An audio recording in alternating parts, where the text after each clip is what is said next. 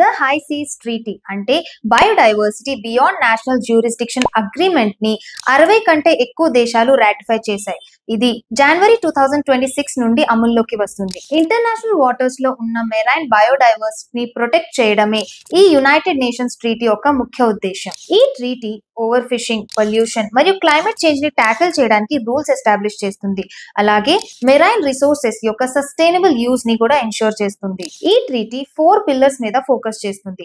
Marine genetic resources ఇచ్చే లాభాలని దేశాల మధ్య సమానంగా పంచడం, బయోడైవర్సిటీని సేఫ్ గార్డ్ చేయడానికి మెరైన్ ప్రొటెక్టెడ్ ఏరియాస్ ని ఎస్టాబ్లిష్ చేయడం, ఓషన్ బేస్డ్ ప్రాజెక్ట్ కోసం ఎన్వైరన్మెంటల్ ఇంపాక్ట్ అసెస్మెంట్ కండక్ట్ చేయడం, కెపాసిటీ బిల్డింగ్ మరియు డెవలపింగ్ నేషన్స్ కి టెక్నాలజీ ట్రాన్స్ఫర్ చేయడం. కానీ ఈ ట్రీటీలో ఉన్న ఛాలెంజెస్ ఏంటంటే ఫ్రీడమ్ ఆఫ్ హై సీస్ ని common heritage of human kind తో బ్యాలెన్స్ చేయడం, ఓషన్ డిస్కవరీస్ వల్ల వచ్చే లాభాలని దేశాల మధ్య సమానంగా పంచడం మరియు యుఎస్, చైనా, రష్యా లాంటి పెద్ద దేశాలు ఈ ట్రీటీని సైన్ చేయకపోవడం. అయినా గ్లోబల్ ఓషన్ గవర్నెన్స్ లో సైన్స్, ఈక్విటీ మరియు సస్టైనబిలిటీతో ప్లానెట్ యొక్క బ్లూ హార్ట్ ని ప్రొటెక్ట్ చేయడంలో ఇది ఒక ముఖ్యమైన అడుగు. కంట్రీస్ నిజంగా కలిసి మెరైన్ లైఫ్ ని ప్రొటెక్ట్ చేస్తాయా లేదా నేషనల్ ఇంట్రెస్ట్ డీప్ సీస్ ని డామినేట్ చేస్తాయా?